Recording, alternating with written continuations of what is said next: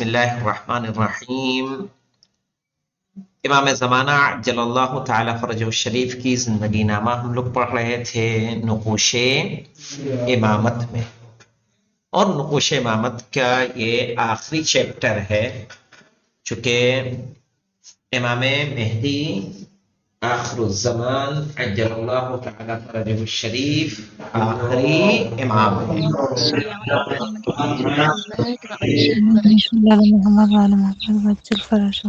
ہم نے جیسے پڑھا تھا جناب امام زمان کی والدہ کے کئی نام پڑھے تھے، تو کئی نام کا مطلب یہ نہیں ہے کہ کئی خاتون ہیں جو آپ کی ماں ہو سکتی ہیں، نہیں، بلکہ ایک ہی خاتون ہیں جن کے کئی نام ہیں۔ اسی طرح سے امام مہدی عجل اللہ تعالی فرجہ الشریف کے بہت سارے القابات ہم نے پڑھے تھے، صحیح ہے۔ مہدی آپ کا کیا ہے؟ لقب، صحیح ہے، جو آپ کے نام کے ساتھ جڑا ہوا ہے۔ مہدی کیوں کہتے ہیں جانتے ہیں؟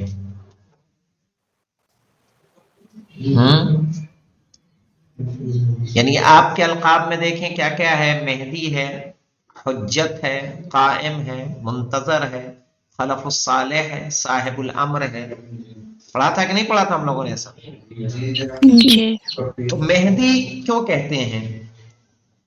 رسول خدا صلی اللہ علیہ وسلم کی حدیث ہے کہ مہدی میرا ہم نام ہے، اور امیر المومنین کی حدیث ہے کہ مہدی کا نام محمد ہے۔ دونوں میچ کر رہا ہے کہ نہیں کر رہا ہے؟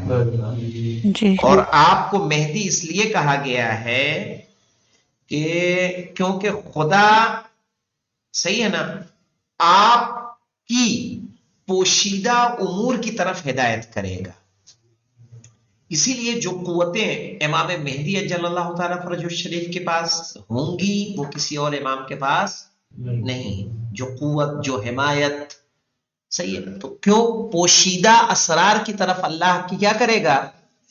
ہدایت کرے گا، یعنی کچھ اسرار آپ کو دے گا، جس کی وجہ سے آپ کو کیا کہا گیا ہے؟ مہدی کہا گیا ہے، کہ جس کے بارے میں کسی کو خبر نہیں ہوگی۔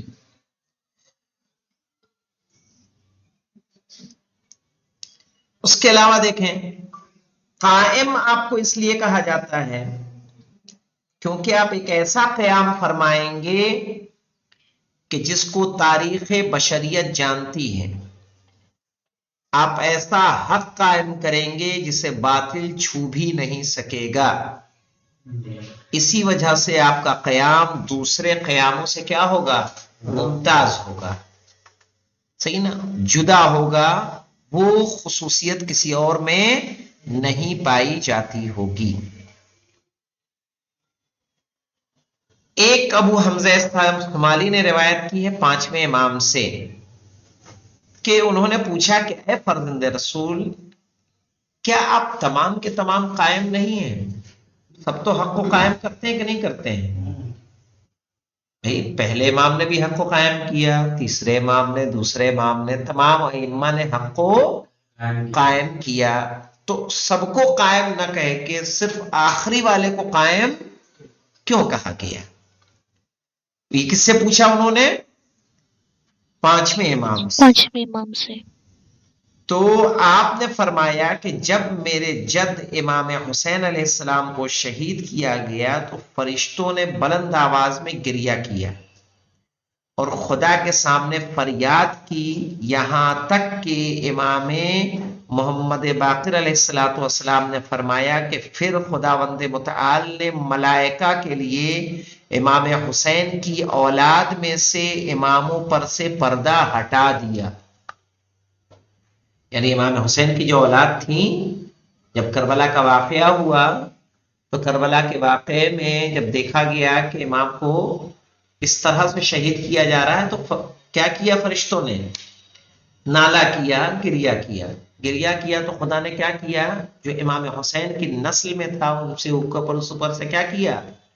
پردہ ہٹایا۔ اور جب پردہ ہٹایا تو فرشتوں کو یہ دیکھ کر بڑی خوشی ہوئی کہ ایک امام کھڑا ہوا نماز پڑھ رہا ہے، اور وہ امام ہمارے